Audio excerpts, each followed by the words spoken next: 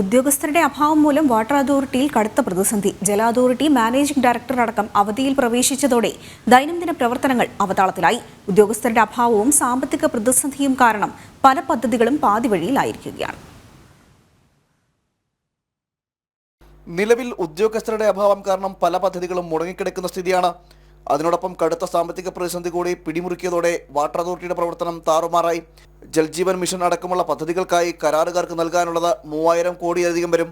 ഈ സാഹചര്യത്തിലാണ് വാട്ടർ അതോറിറ്റിയുടെ മാനേജിംഗ് ഡയറക്ടർ കൂടി സംസ്ഥാനം വിട്ടത്.